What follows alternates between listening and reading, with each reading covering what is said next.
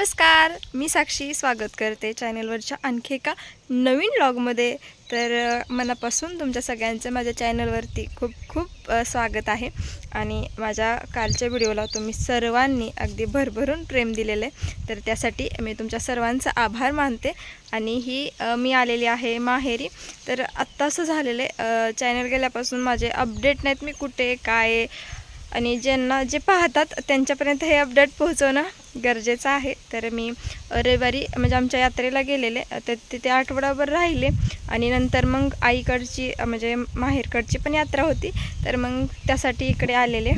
तर हे आहे माहेरचं वातावरण। मी होम टूर केलेलं नाही, छोटंसंच घर आहे 1 RK, तर त्याच्यामुळे मी दाखवेन एका दिवशी तुम्हाला, एखाद्या व्लॉगमध्ये येईल। पण होम टूर करण्यासारखं असं म्हणजे एवढं मोठं घर नाही, म्हणजे अजून तरी बांधकाम वगैरे केलेलं नाही। आता थोड्या दिवसात बांधकाम वगैरे करतील, मग त्यावेळी तुम्हाला सगळं होम टूर वगैरे किंवा माहेरचं वातावरण कसं हे दाखवेन। तर हे तर आहे आत्ता शेती इकडे आहे, हे गिनीगोल लावलेले, पलीकडे सगळं गुरांसाठीच केलेले। इकडे गायी आहेत, गोठा आहे मोठा, आणि इकडे सगळं गिनीगोल लावलेले। तर इथे शेजारी पाऊस वगैरे असेल तर शेती थोडी लांब आहे बाकी, आणि ते थोडी आहे आणि लांब म्हणजे आहे थोडी, तर त्याच्यामुळे जनावरांसाठी इकडेच खायला वगैरे केलेले, कारण इथले तर आणता येतं इथलं, म्हणजे इथं जनावरांना टाकते तर पाऊस वगैरे आला तर मग जास्त त्रास होत नाही आणायला वगैरे। आणि म्हणजे शेती थोडी लांब आहे, मग तिकडून आणायला त्रास वगैरे होतो, मग तिकडं पूर्णतः ऊस असतो आणि ते वर्षाकाठी एक पीक घेतलं जातं, तर मग इकडे सगळं जनावरांसाठी आहे। तर झाडं खूप छान आहेत, झाडं मी तुम्हाला दाखवते। तर हे आहे इकडे केळी लावलेले, इकडे आहेत नारळ, इकडे आहे ड्रॅगन। ह्याला आय थिंक ह्याला 2 वर्ष झालेले आहेत ह्या ड्रॅगनला, तर अजून याला फळ आलेलं नाही। हे दाजीने म्हणजे आत्याच्या मुलाने दिलेले, त्याची ॲग्री झालेले, मग म्हणजे त्यांनी हे इथे दिलेले लावायला, पण ह्याला अजून फळ वगैरे आलेलं नाही। तर इकडे आहे नारळाचं झाड, मी दाखवते। इकडे आहे नारळाचं झाड, हे विकत घेतलेली नारळ आहेत, आणि ही आहे जांभळ। तर इकडे आहे लिंबुनी, खूप दिवसांपूर्वीची लिंबुनी आहे, आणि सावलीलाच इकडे झोपायला वगैरे होतं, त्याच्यामुळे मग इकडे खाट वगैरे मांडलेले। इथे गिनीगोल लावलेले आहे समोरच्या शेतात, मग इथे त्याच्या कांड्या वगैरे करून ठेवलेले आहेत। आणि इकडे जांभळ आहे, इकडे आहे कढीपत्ता, इकडे आहेत पपया। याची म्हणजे एकीला पाड लागलेलं आहे, पण जास्त करून एवढं कोण तोडत नाही, त्याला खातात पण एवढं जास्त नाही, त्याच्यामुळे ते तसंच खराब होऊन जातं। तर इकडे आहे कढीपत्ता, इकडे आहे आंब्याचं झाड, आणि हा एक दुसरा नारळ आहे। त्या दिवशी पावसात हे दोन्ही नारळ पडलेले, त्याच्यामुळे हे ह्याला असं बांधलेलं आहे, कारण हे दोन्ही नारळ पडलेले। आणि इकडे आहे जास्वंद, इकडे आहे गुलाब, इकडे पण आहे गुलाब, आणि इकडे पण जास्वंद आहे। शेतकरी म्हटल्यानंतर कोंबड्या म्हणजे शेळ्या, कोंबड्या, कुत्री, मांजरी सगळं लागतं, तर ते सगळं आहे। इकडे जाळी वगैरे आहे, आणि इकडे आहे आयुर्वेदिक कोरफड, जे की आपल्या केसांसाठी वगैरे खूप उपयुक्त असते। आणि इकडे आहे आंब्याची झाडे, इकडे जास्त करून आंबे वगैरे जास्त येत नाहीत, पण त्याच्यामुळे विकत घेतलेली आहेत ही झाडं, कलम केलेले आंब्याची झाड आहे ती। इकडे आहे, इकडे गिनीगोल लावलेले म्हणजे गुरांसाठी, आणि हे आहे आंब्याचं झाड।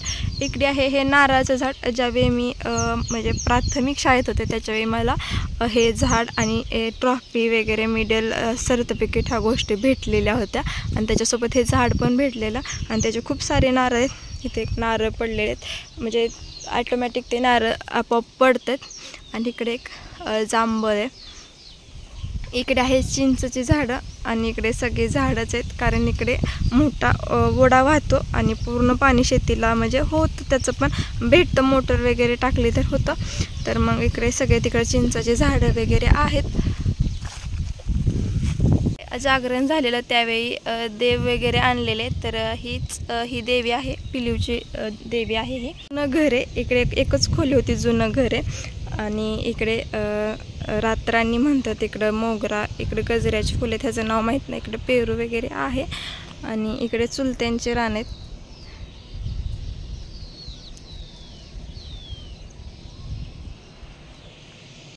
माहेरी वातावरण खूप छान आहे. म्हणजे असं गरम तर प्रत्येक ठिकाणी होतं, जिथे पत्र्याचे घरं असतात तिथे गरम तर होणारच, आणि इथे पण थोडंफार गरम होतं. पण झाडं आहेत छान प्रकारे, आणि झाडं असल्याशिवाय घराला शोभा येत नाही असं म्हणतात. आणि आमच्या आईला पहिल्यापासून झाडाचं वेड आहे. ती झाडं खूप प्रमाणात लावलेली, पण आता असं झालेलं आहे इकडे घराचं हे बांधकाम केलेलं आहे, त्याच्यामुळे पूर्ण झाडं गेलेली आहेत. म्हणजे एवढी झाडं राहिली नाहीत, नाही तर पूर्ण खूप मोठी मोठी झाडं होती.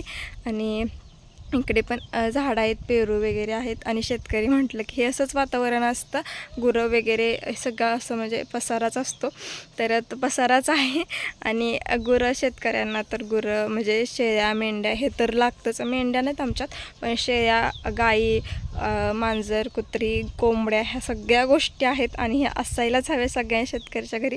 आणि मला तर वाटतं शेतकऱ्याला ह्या सगळ्या गोष्टी असल्याशिवाय अजिबात करमत नाही. तसं आमच्या इथं तसंच आहे. आणि हे इकडं सगळं हिरवं हिरवं वातावरण आहे. आता आम्ही रिटर्न जाणार आहे. मम्मींचा पण हात फ्रॅक्चर झाला आहे, तुम्ही दीदींचे व्हिडिओ तर पाहिलेले आहेत, त्यांचा हात फ्रॅक्चर झालेला आहे. पण मम्मीनीच आम्हाला म्हटल्या, म्हणजे बाळ वगैरे आम्ही तिकडे आठवडाभर गेलो तरी खूप रडत होती. तर त्याच्यामुळे मम्मी म्हटल्या की तू माहेरी म्हणजे होणार नाही. मम्मींना पण तिला घेता येत नव्हतं, आणि मला तिला पाहता पाहता सगळ्या गोष्टी मॅनेज होत होत्या, पण एवढं पण सगळं मॅनेज होत नव्हतं. मग मम्मी म्हटलं तुम्ही माहेरी जावा. मग पप्पा आले, आणि पप्पांना बोलवलं की या म्हणून, की म्हणजे न्या. मग पप्पा आले आणि आम्ही दोघे पण इकडे आलो. पण आता असं झालेलं आहे, भाऊजींना पण हॉस्पिटलला न्यायचं आहे. ते पण त्यांची पण ट्रीटमेंट चालू आहे. त्यांची अपॉइंटमेंट असते म्हणजे प्रत्येक वीकला. मग त्यामुळे जावं लागतं. तर पिल्लू पण इकडे आलेलं आहे, आणि त्याच्यामुळे मग सगळेच प्रॉब्लेम चालू आहेत. तर त्याच्यामुळे आता जावं लागणार आहे. पण असं झालेलं आहे, यात्रा पण आहे आमच्या इथं म्हणजे चुलत्यांची वगैरे. मग त्या सगळ्या गोष्टी मॅनेज करून मग आता मी पुढच्या रविवारी येईल त्या रविवारी जाणार आहे माहेरी. अजून तसंही फिक्स नाही कधी जाणार आहे काय. पण मला तर वाटतं रविवारशिवाय तर जाणं होणार नाही, कारण इथल्या पण गोष्टी खूप साऱ्या आहेत, तर त्या पण करून जावं लागेल. यात्रा वगैरे तर झाली, तर त्या गोष्टी म्हणजे आता रविवारीच जाणं होईल. आणि आता तिकडचं अपडेट तर मी तुम्हाला तिकडे गेल्यावर नक्कीच देईन. पण इथं आहे तोपर्यंत काय कोणत्या गोष्टी चालू आहेत ते अपडेट मी तुमच्यासोबत नक्कीच शेअर करेन. आणि माझ्या नवीन जरीला तुमच्या सर्वांचं भरभरून प्रेम भेटतं आहे, तर त्या सगळ्यासाठी मी तुमचं खूप मनापासून आभार मानते. तर आपल्या पुढच्या व्हिडिओमध्ये भेटूया. तोपर्यंत धन्यवाद. असंच भरभरून प्रेम द्या. चॅनलला सबस्क्राईब केलं नसेल तर सबस्क्राईब करा, लाईक शेअर नक्की करा.